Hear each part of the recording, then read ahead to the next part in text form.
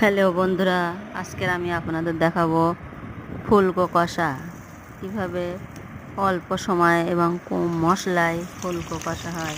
প্রথমে আমি একটা কড়াইয়ে তেল দিয়ে নিয়েছি, পেঁয়াজ তেজপাতা দিয়েছি,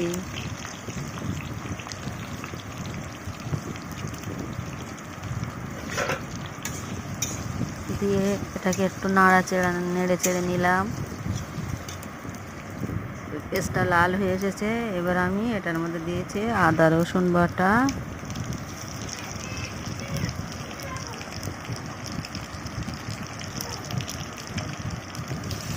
এলাচ দিয়েছি। এলাচটা আমি তেলে দিই, কারণ এলাচটা তেলে দিয়ে মাংসের টেস্টটা অন্যরকম হয়। লঙ্কার গুঁড়ো দিয়েছি, লঙ্কার গুঁড়ো আমার বাড়িতে বানানো, এটা কোনো হাটের থেকে কিনে নিয়ে আসা নয়।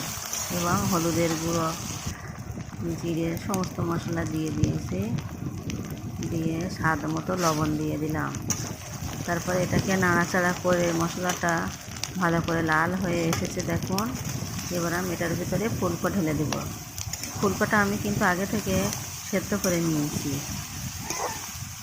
ফুলকোটা আগে সেদ্ধ করে নিয়েছি, নিয়ে মশলা দিয়ে এটাকে কষে নেব। কষে এসেছে, মরিচের গুঁড়ো দিয়ে দিলাম, এটাকে নেড়ে চেড়ে ভালো করে নাড়তে থাকলাম।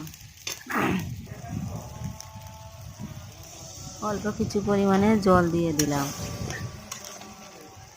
এবার এটাকে নেড়ে চেড়ে চাপা দিয়ে দিলাম।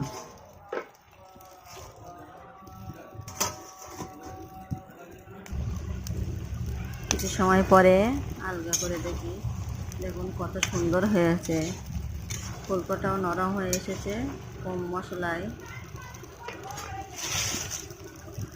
এবারে সামান্য পরিমাণ জল দিয়ে ঢাকনা দিয়েছি। তারপর ঢাকনাটা খুলে দেখুন কিছু সময় পরে, এবার দেখুন কষা কষা হয়ে এসেছে ফুলকো কষা। খেতেও দারুণ টেস্ট।